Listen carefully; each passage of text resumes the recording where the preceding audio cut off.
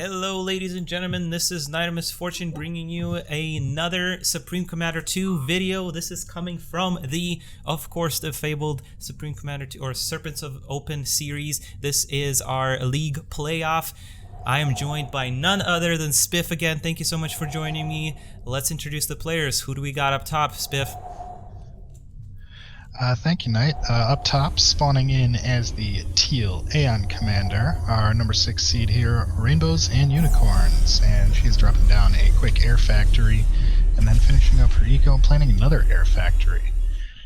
And down at the bottom, our number 1 seed, spawning in as the Red Aeon, did go random, but ended up getting Aeon, and drop it down 3 quick land factories. We have Maugan Ra. So, Nite, what are your expectations for this series? Both of these players are really good. I've seen Maugan Ra play a lot of matches. I've cast a lot of matches played by Maugan Ra, but Rainbows is also really good. She's improved so much recently, and being at a Aeon versus Aeon mirror match, I think this is going to be as equal as they can get. So I'm just expecting, looks like it's air versus land. I'm expecting Maugan to push all the way. That's what you do against an air opening. And Maugan did go bots and immediately bought AA. There it is. Yeah, there we go. So they will tickle those planes to death slowly over time. Yeah, that's actually a very good opening against air, and he's I guess a little lucky that he decided to choose that. But of course, on this map, as we saw in our match this morning, when you going on this map, a lot of players like to go bots apparently. So Hope opened up with the same strategy here. Very similar, at least, yeah. Yeah. And I guess I was totally wrong when I was talking about how players don't open up with a 3-fac land rush on this map. I was totally wrong. How much play has this map seen during the season? So this map was put in the middle of the season, and actually not that much. I think it's not banned. I don't think it was banned ever, but it's just not picked. Desolatia was picked very frequently, and so was Powderhorn. So we saw those maps over this one, but this is definitely one of the middle ground maps that we have in our rotation. If Powderhorn got picked a lot, I wonder if that's why we're not seeing it picked now in the playoffs. Yeah, no, I think that's a good point. Players have played it so much. And next we're going to Emerald Crater, and that map was actually played a lot to my surprise.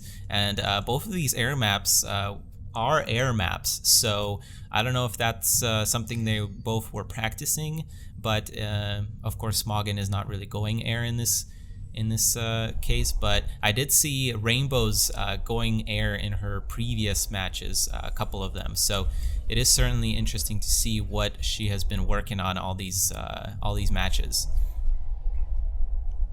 I don't know if bombing that ACU is going to get a whole lot done here. Yeah, especially with those bots. Maugan is controlling them very well here. And Rainbows is responding with, I would say, the correct unit in this situation. Tanks are definitely good against bots, and those planes can catch up with those bots and take out the stray ones if necessary. I like this better with the planes, though. Bombing that engineer is a much better use of them right now. Yeah. There's just not enough planes to make it worth killing those bots, I think. And if it wasn't for these bots in Rainbows' base, I would say she was in a pretty good position, because I see players all the time not utilizing their air advantage. As an air player, especially against a person that opened up land, you really want to harass them like Rainbows is doing. Unfortunately, she just has way too many units in her base, and there's no way for this foreseeable minute or so that she can counter and get to those units. Yeah, what went wrong here? Did she put too much into air? I think she put way too much into air as her opening, and Maugan just happened to open up with something that countered that strategy perfectly, Harvogs, and then putting anti-air on them, and then he just managed to spam out just so many Harvogs with a 3-fac opening, which is really good at spamming, and that's going to take out Rainbow's air in the early game, no matter how many air factories she has. So it was really hard for her to really get anything going with her air, and of course these run-bys don't help. That's just one of the brutal things about this game. Sometimes you're gonna open up in a way that's completely standard, and your opponent doesn't know what you're doing, but somehow they end up countering you blind. Yeah. And you fall on your face. Yeah, but also Harvogs are a fairly strong unit, for Aeon, because in early game they can counter air. So on this map, it's we do see Rainbows go down, but they can't counter air pretty easily. And in the late game, they're just so fast, especially with the shields and teleport. They can run around the map and snipe a lot of mass positions. So that was game one, really quick game one. Let's see, we're going to go to, as I mentioned before, Emerald Crater for game two between Maugan Ra and Rainbows. Don't go anywhere. We'll see if Rainbows can pull out a win on Emerald Crater. Welcome back, everybody, to this semifinals best of three. This is game two on Emerald Crater, and Nite, who do we have playing? All right, well, in the top, we have our red Cybern Commander, who has chosen random, but pulled out Cybern. We have our number one ranking Maugan Ra. Well, looks like he's opening up with one air factory and doing all the eco things. And his opponent in the bottom right, also opening up with some air factories here, and looks like queuing up a research station. We have our teal UEF commander, Rainbows and Unicorns.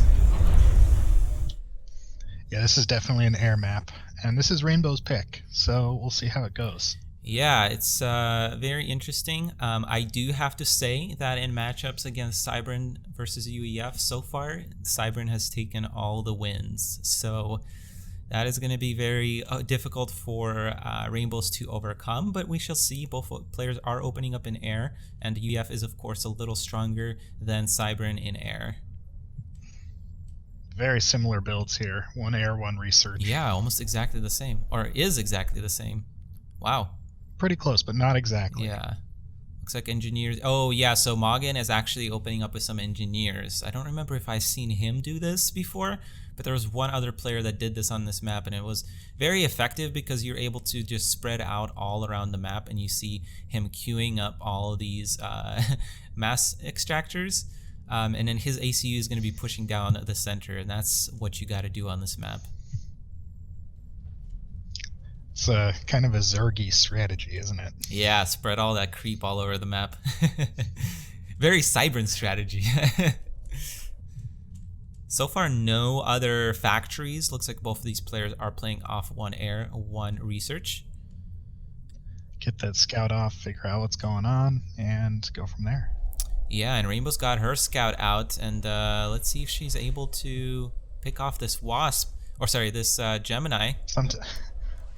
Sometimes trying to get just one plane behind one other plane is so frustrating. I know. Oh my gosh, it has happened to me so many times where I'm just trying to tell my plane where to go and it's just not churning, and I'm like, aha, what are you doing? It looks like the wasp does go down here though.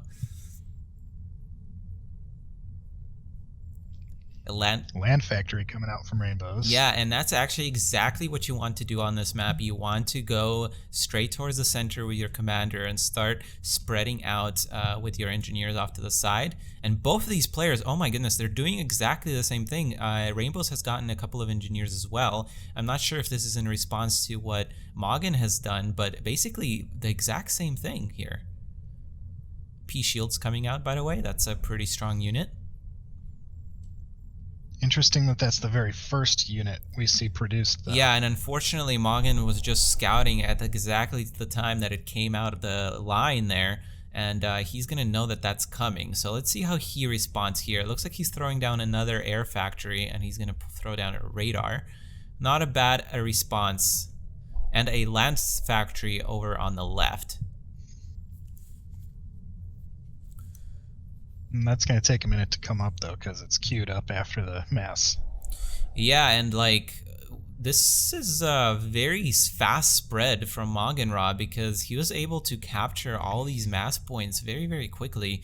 I'm a little surprised, but I guess he did only open up with one air factory, so that probably gave him a lot of mass early on. And Rainbows is a little bit behind on her eco right now.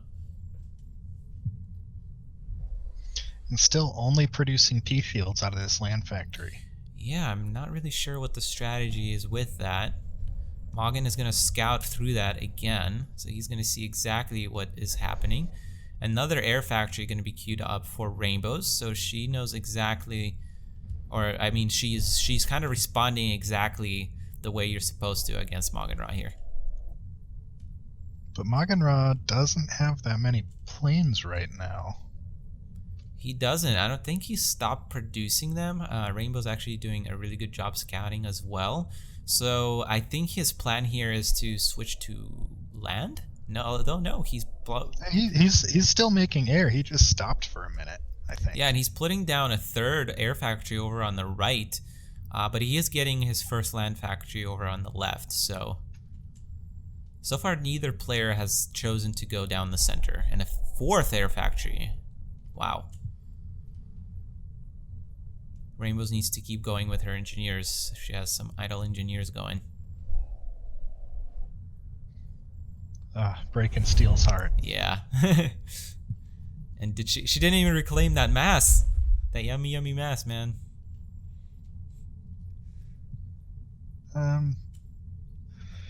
Yeah. I'm not seeing the strategy with the P fields. I think maybe they're just to protect the commander. Yeah, you know what I'm thinking is maybe she wants to... Okay, so actually, now that the MMLs are coming out, I can kind of see it. So I think her strategy here is that because she sees so much air against her opponent, all she has to do is protect it from the bombs. So she's hoping to get a lot of P shields to protect from the Geminis, and then those MMLs will be doing damage. So I think that's maybe her thought process, and she might be able to get away with it because there's only air factories here in the center. But once these land factories for Maugan Ra start kicking in, this composition is not going to do very well. I'm not sure if she scouted that land factory yet, but she is building radars exactly where she wants them to be to cover. This is a bigger map, so you do end up having 3 radars on it. Or more. Yeah. They're pretty cheap though, especially when you get to mid to late games. So like, hey, I can't really see where I need to see. Throw it on the radar. Oh yeah, there's no price on knowledge, man. Like you have to know where your opponent is moving, especially in an air fight. If you let the planes go, especially a critical mass of planes that are able to snipe, then it's pretty rough if you're not able to respond to it quickly. Maugan Ra is catching up in number of planes here, having had more air factories for longer. Yeah, and this is where Cybern really starts to outshine the UEF, is because their planes are able to bomb ground targets. So that engineer and the expansion on the left is effectively shut down now. And that all of those buildings are really exposed too. Yeah, and there's no ground firing units for Rainbows right now, nothing at all. So one loyalist will be able to just keep going.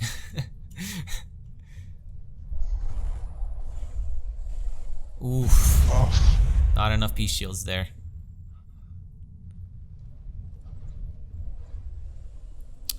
And that ground-based AA it doesn't do more than tickle really. Yeah, a much better plan would be to try to tech up to tank anti-air. That would be a... I was just thinking, does tank anti-air go onto P shields? No, it does not. It only goes on tanks and artillery, I believe. Yeah, so Maugan Ra has 1, 2, 3, 4, 5 air factories, while Rainbows has 4.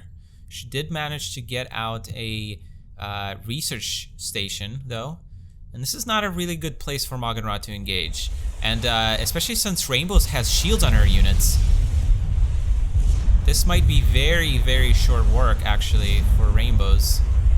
although I see a lot of red. Yeah, it's always so hard to tell early in the engagement. Looking at the score, well, This is so weird. I did not expect. Does he have like upgrades on his Geminis or something? Stars, I mean. He had anti-air. He had shields. Or sorry, she had anti-air. She had shields. Well, she is gonna end up winning here. That was definitely way closer than I thought it would be. You know, it looked really, really close in the beginning, and there were a few moments where the score was kind of jiggling back and forth, but yeah, looking towards the end of that fight, it started to become clear just based on the score screen. Yeah, and now Rainbows is in a really good position here to try and take out some of these buildings here. She needs to keep moving though here, because if she doesn't, those land factories that Maugan Ra has queued up are going to start kicking in. And like I said, one loyalist is going to go to town on this army composition. It's not going to do anything against a single loyalist. Oh no, there's another bombing run. That's a lot of planes. It's going to get through those shields. It's definitely going to get through those shields. Ooh.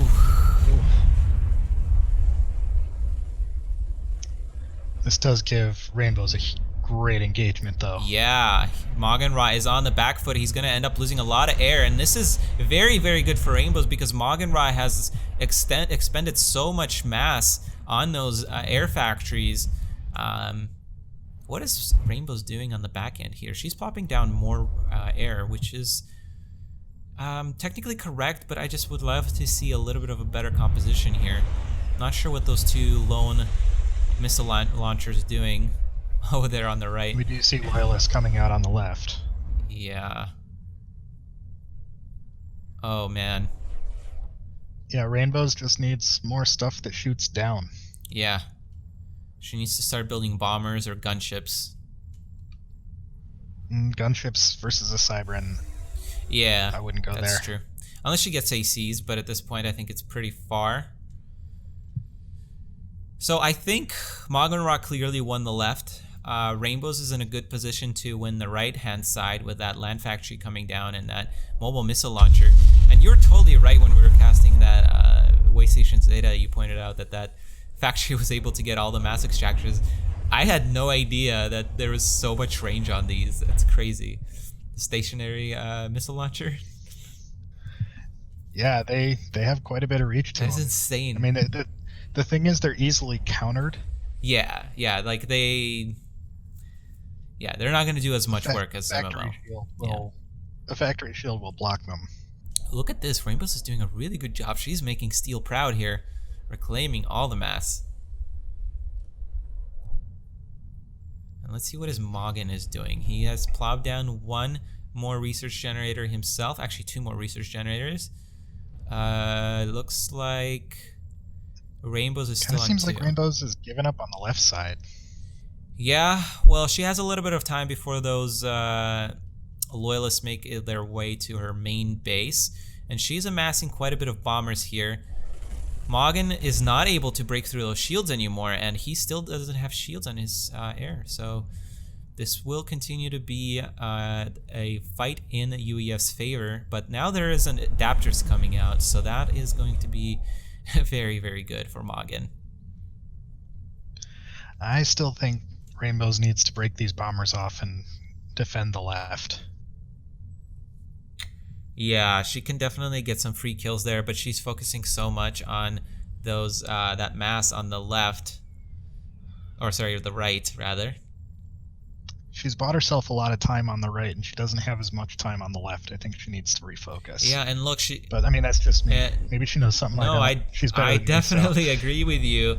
I think, and look, out of that land factory, we have more shields coming out.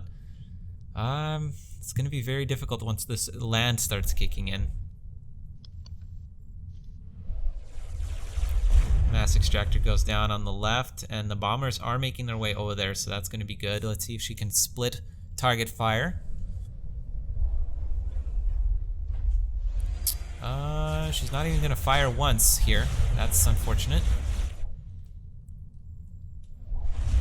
And these loyalists should be intercepted quite easily here. Looks like she's having economy problems. Yeah, Maugan Ra's build did allow him to get quite a bit of mass. And unfortunately, Rainbows is losing quite a bit of it with Maugan's flanks over here. I mean, Rainbows is still in a decent spot. Look at how many Lance factories Maugan has managed to spam out. And he still doesn't have too many adapters. Yeah. He has 1, 2, 3, 4, 5, 6, 7, 8, 9, 10 land factories, 4 research generators, and 4 air factories. And they're all, looks like, by the looks of it, they're all producing. Actually, some land factories look like they're not have anything queued up, but... And that is a lot of loyalists in that mix, and there's just no ground firing units for Rainbows, except for those bombers. And I don't know if those are going to be enough with all those adapters. Yeah, there. good engagement for Maugan Ra here. Oh man, that is brutal. That is very, very brutal. Rainbow's still ahead on the score screen though, so it's so hard to tell. Yeah, Maugan Ra has shields now as well.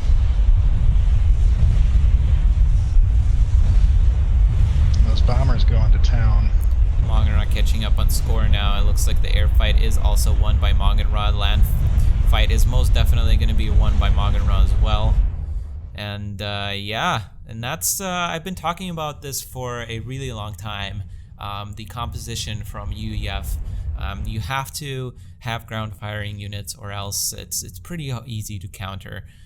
Just a single loyalist again gets through if you don't have enough ground firing units. So, you know, I think that's one of the things that makes UEF a tough faction to play. Is so many of their units in the early game, at least, are unitaskers. Mm-hmm. Yes.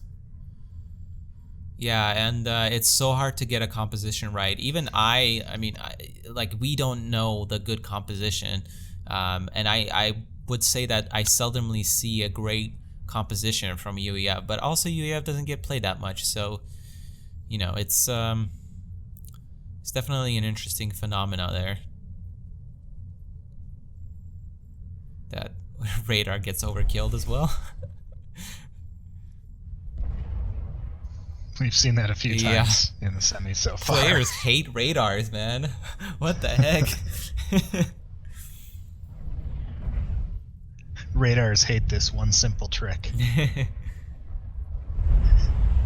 Another air engagement, but at this point, there's just too much air. And Maugan doesn't even care about this this main base here. You're just going around. I mean, that's exactly what you want to do. Just starve out your opponent, and slow victory is a sure victory.